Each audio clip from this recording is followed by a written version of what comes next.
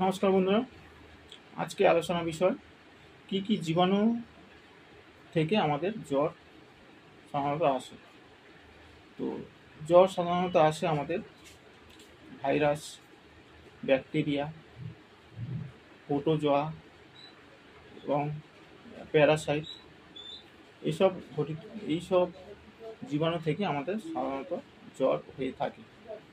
তো ভাইরাস নিয়ে আলোচনা করব। আগের ভিডিওতে ভাইরাস নিয়ে আলোচনা করেছি, এখন ভাইরাস নিয়ে আলোচনা করব।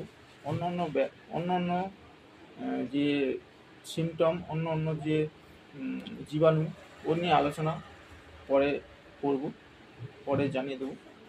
তো ভাইরাস গঠিত জ্বরের মধ্যে থাকে সর্দি, কাশি, পক্স, চিকেন পক্স, হাম, ডেঙ্গু, এইসব ভাইরাস গঠিত জীবাণু থেকে হয়ে থাকে।